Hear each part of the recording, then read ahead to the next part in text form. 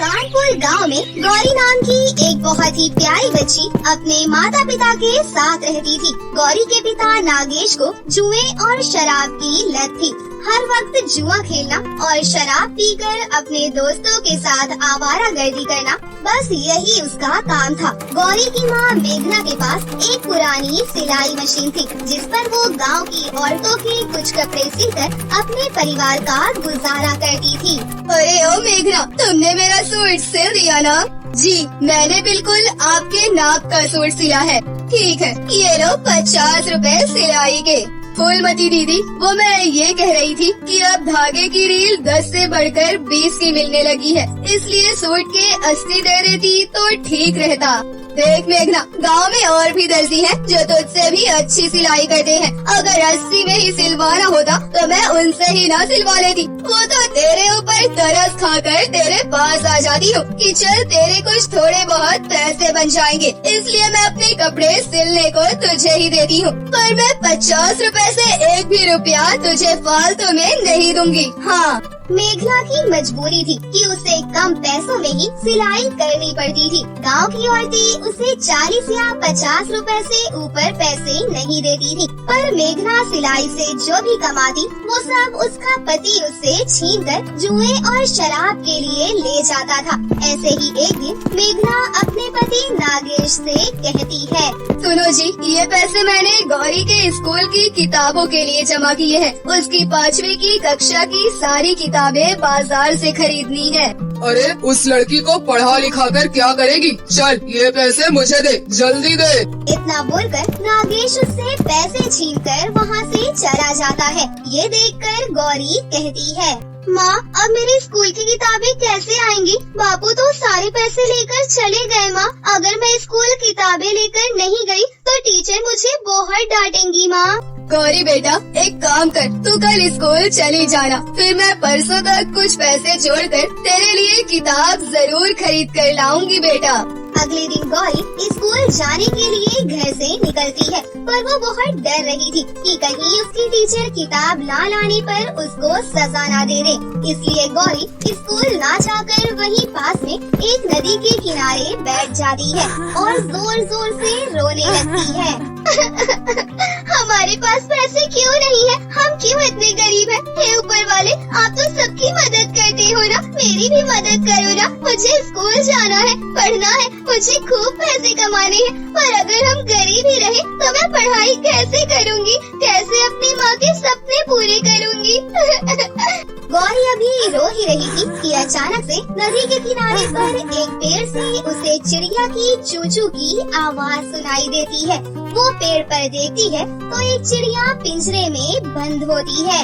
अरे, इस चिड़िया को पिंजरे में किसने बंद किया? मैं एक काम करती हूँ, मैं इस पिंजरे को घर लेकर जाती हूँ। तुम्हें भूख लगी है ना प्यारी चिड़िया? चलो मैं तुम्हें घर जाकर दाना पानी दूंगी। फिर गौरी उस चिड़िया को घर ले आती है।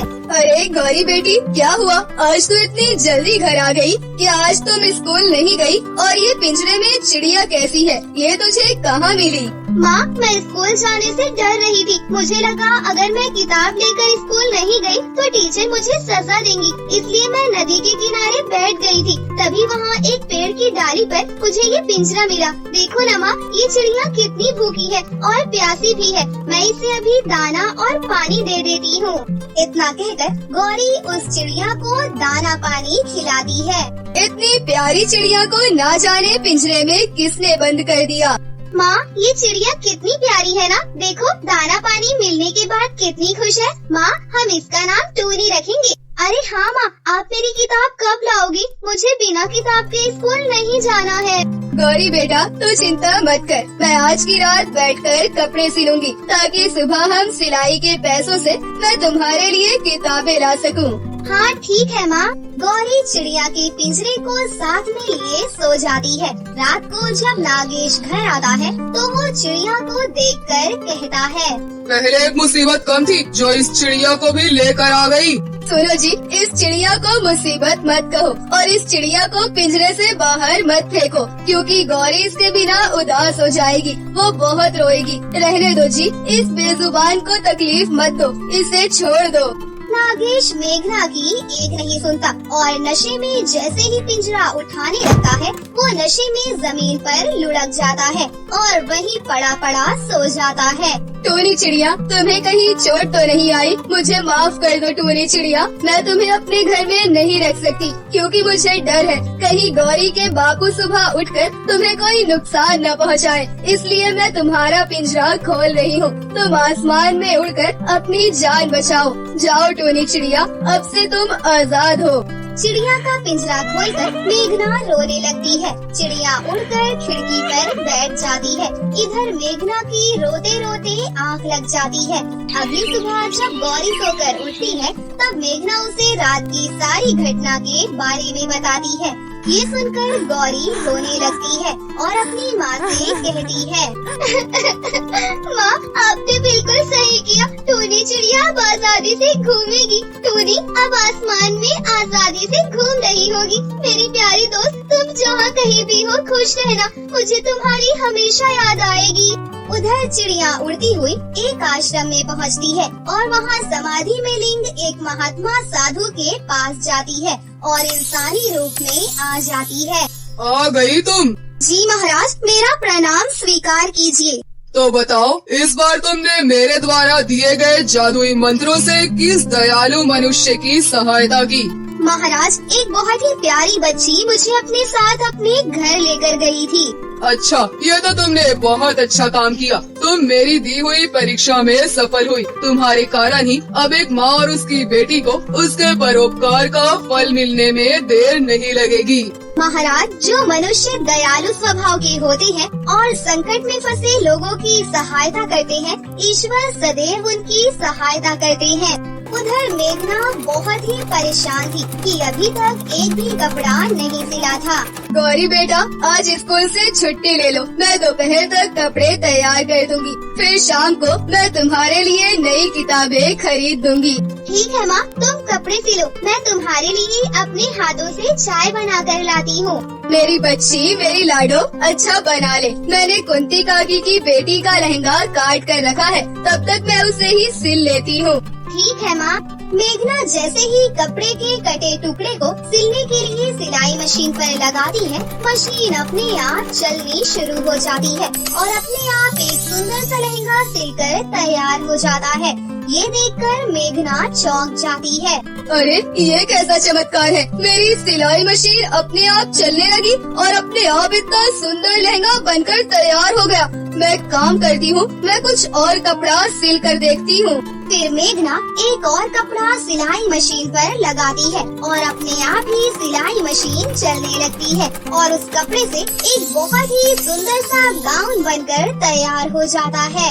अरे, ये क्या? मशीन फिर से अपने आप चलने लगी। वाह, इतना सुंदर गाउन सिलकर तैयार हो गया। गौरी बेटा, इधर आ, जल्दी बेटा, जल्दी देख, ये सिलाई मशीन तो जादुई सिलाई मशीन बन गई है। ये देख, मैं अभी इस पर कोई कपड़ा काट कर रखूंगी और ये मशीन अपने आप ही बहुत ही सुंदर सा लहंगा सिलकर तैयार कर देगी।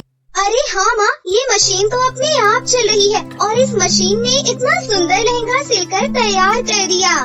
गौरी बेटा, मुझे ऐसा क्यों लग रहा है कि जिस चिड़िया को तुम घर पर लेकर आई थी वो कोई मामूली चिड़िया नहीं बल्कि एक दिव्य शक्ति थी जो हम गरीबों की मदद के लिए हमारे घर आई थी। हे ऊपर वाले, आपका लाख लाख शुक्र है, आपने हमारी सारी परेशानी हमसे दूर कर दी। माँ, तो क्या अब आप मुझे नई किताब दिला पाओगी? हाँ मेरी बच्ची, अब तो मैं तेरे लिए नई किताब, नए कपड़े, नए खिलौने, नए जूते, सब कुछ नया खरीद कर दूंगी। अब मेरी बच्ची को किसी चीज की कोई कमी कभी नहीं होगी। मेरी बच्ची अब सुंदर गुड़िया रानी बनेगी। अब मेघना को मशीन पर घंटों नहीं बैठना पड़ता था। वो कपड़े काट कर सिलाई मशीन पर रखती और मिनटों में ही सुंदर सुंदर लहंगे सिलकर तैयार हो जाते। धीरे धीरे मेघना की सिलाई मशीन की खबरें आसपास के गांव में भी प्रसिद्ध हो गई और अब उसके जीवन की सारी परेशानियां भी दूर हो गई। ये सब देखकर नागेश भी अब सुधरने लगा और उसने अपने बुरे साथियों का साथ छोड़ दिया। मेघना, हो सके तो मुझे माफ कर दो मेघना। मैंने हमेशा तुम दोनों को कष्ट दिया, पर मैं अब अपने परिवार के साथ अच्छा जीवन जीना चाहता हूँ। हे ऊपर वाले, आपका लाख लाख शुक्र है। आज ऊपर वाले ने मेरी जिंदगी की सारी खुशियाँ मुझे दे दी। फिर नागेश अपनी पत्नी मेघना और अपनी बेटी गौरी को गले से लगा लेता है। मेघना, आज से मैं भी तुम्हारे कामों में तुम्हारा हाथ बटाऊंगा। पति का साथ मिलते ही मेघना ने अपनी कुछ जमा पूंजी इकट्ठा करके गांव के बाजार में एक बड़ी सी लहंगे की शॉप खोल ली और लहंगे का कारोबार करना शुरू कर दिया, जिसमें नागेश भी उसका हाथ बटाया करता। धीरे धीरे उनका कारोबार बहुत अच्छा चलने लगा और मेघना का परिवार तरक्की करता चला गया। अब उनके पास पैसों की कोई कमी नहीं थी। फिर उन लोगों ने घर, बंगला, गाड़ी सब कुछ खरीद लिया और बेसहारा और जरूरतमंद लोगों की खूब मदद करने लगे। शुक्र है इस जादुई सिलाई मशीन का, जिन्होंने हमें जमीन से आसमान तक पहुंचा दिया। अरे हाँ माँ, मैं आप दोनों को एक साथ ऐसे देखकर बहुत खुश हूँ। इस तरह मेघना का परिवार हंसी खुशी से अपनी जिंदगी जीने